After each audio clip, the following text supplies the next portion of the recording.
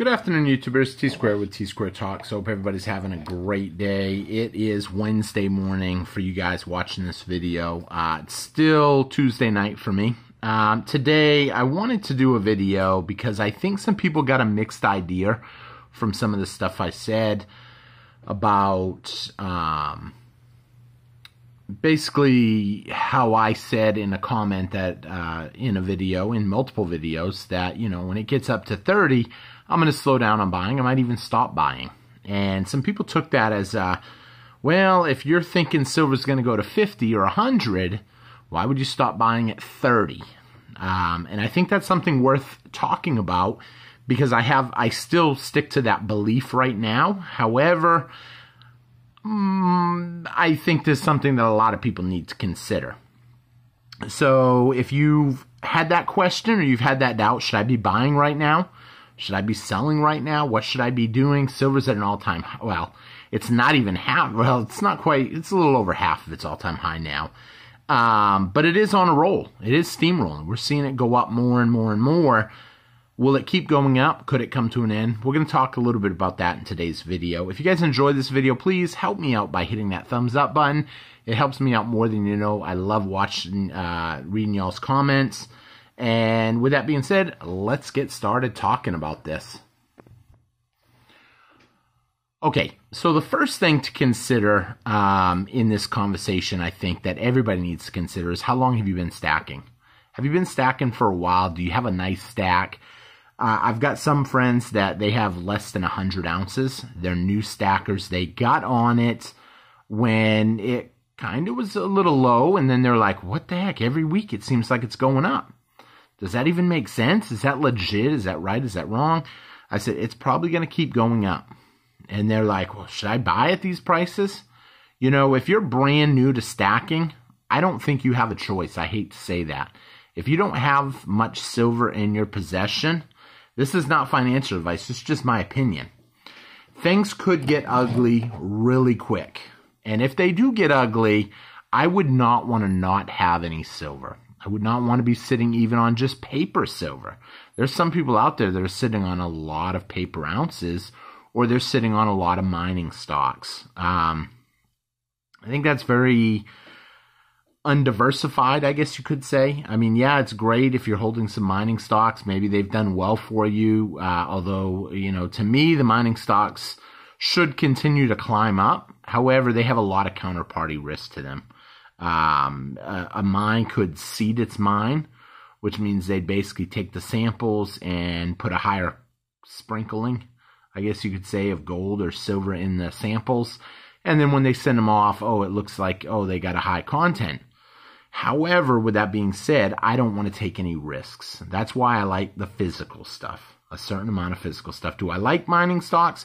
I mean, yeah, mining stocks are great. I mean, but you know what? It comes down to, if you want to hold it, you might as well just go all out and hold the physical that you see right here in front of you.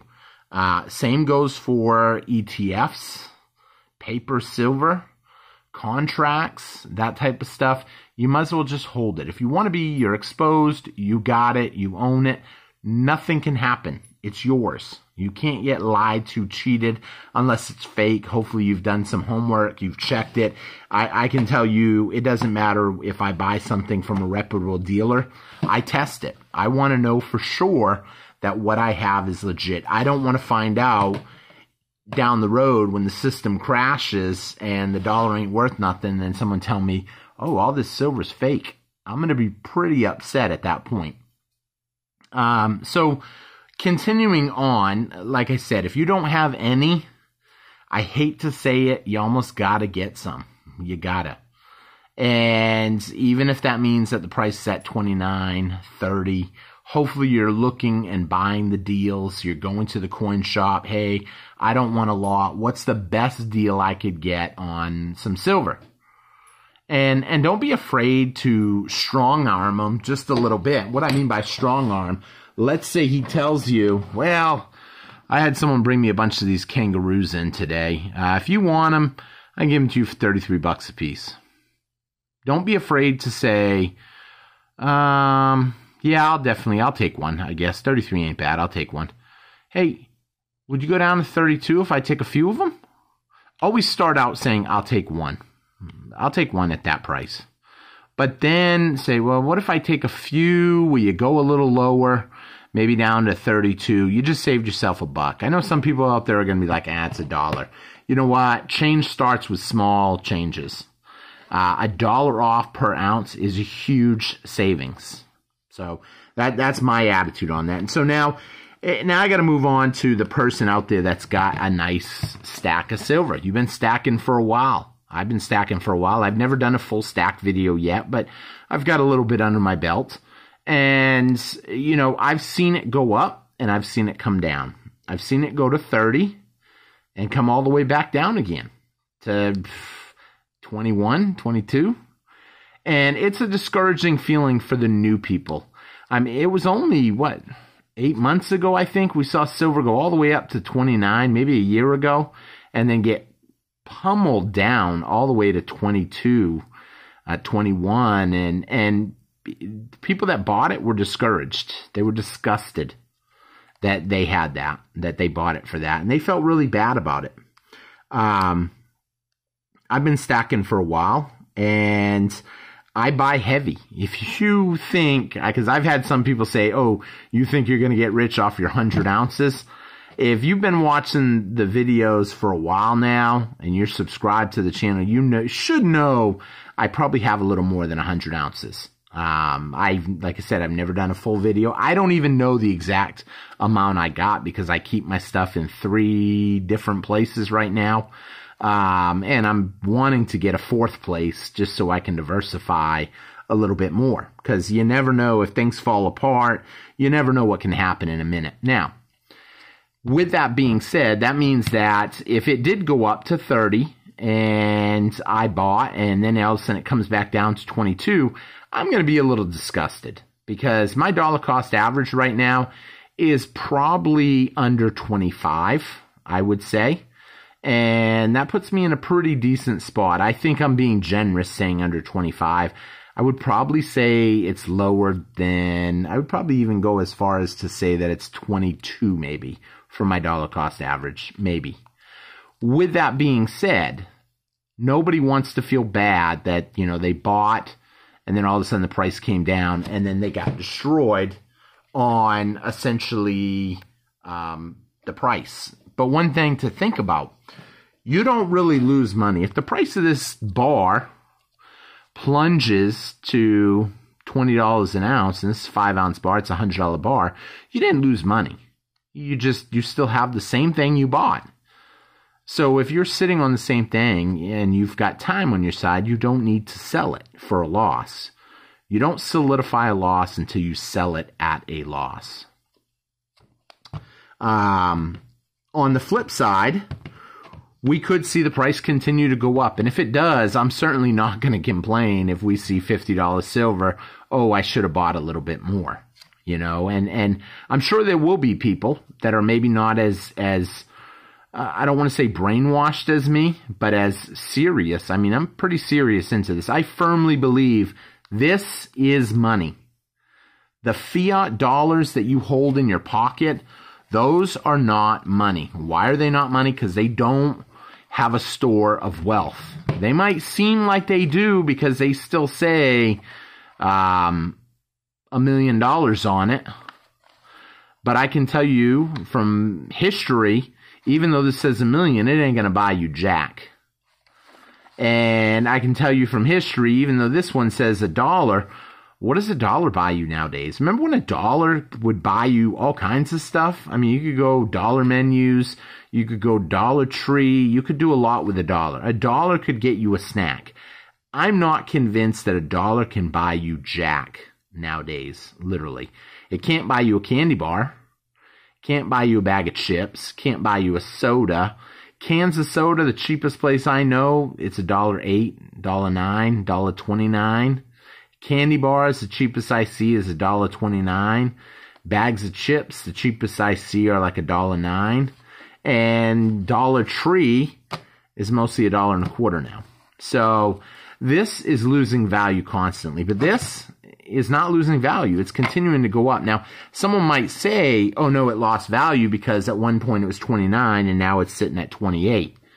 Short term, we can see pullbacks, yes, but it has value. The value is in the metal that you're holding. So it's something to think about. Now, the last thing to mention,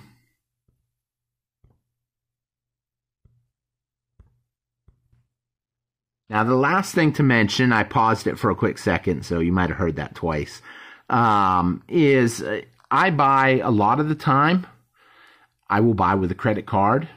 I will buy through different channels. By buying like that, it gives me the ability to go in a little heavier than I can afford. This past month, I went in heavier than I can afford because I know I have 45 days to pay it. Now, I purposely said this at the end of the video because a lot of people will talk negative about that. They will be like, you're crazy. You bought 100 ounces on credit. What are you going to do if the ounces plunge in value? Okay. I got 45 days to pay it. I'm betting that silver is not going to come down in the next 45 days. If I need to, because I've told you guys this in the past, get other people. Take the time to get other people and teach people about this. Because if I needed money today, right now, I could take this bar to someone and say, hey, look, silver's sitting there at $28 an ounce. Will you give me $150 for this? I just need some extra cash. And I would have no problem getting $150. At worst case scenario, it's a possibility I may get the $150 loan and give them this 5-ounce bar at $30 an ounce and say, you can get your bar back when you give me my $150 back. Okay.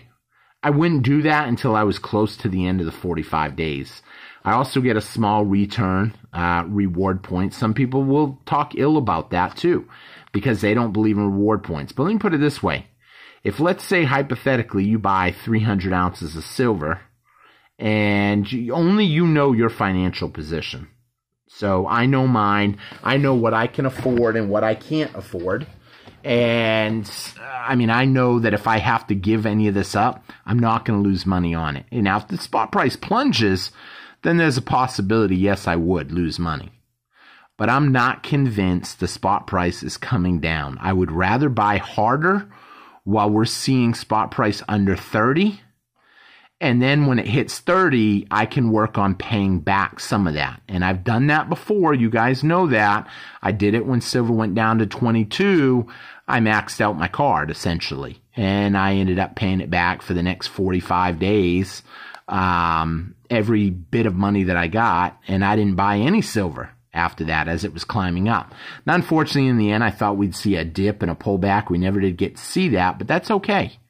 I'm a firm believer in this. This is real money. So, like I said, in short, to wrap it all up, if you're sitting on a stack of under 100 ounces, maybe you should consider trying to pick a little more up. If you've got a nice stack over 500 ounces or you've been stacking for a while, I think you'll be okay if everything breaks down. So with that being said, thank you for watching. I hope you enjoyed the video. Hit the thumbs up, leave me a comment, and I will talk to you guys all again later on T-Square Talk. Take care, everybody. Love y'all. Bye-bye.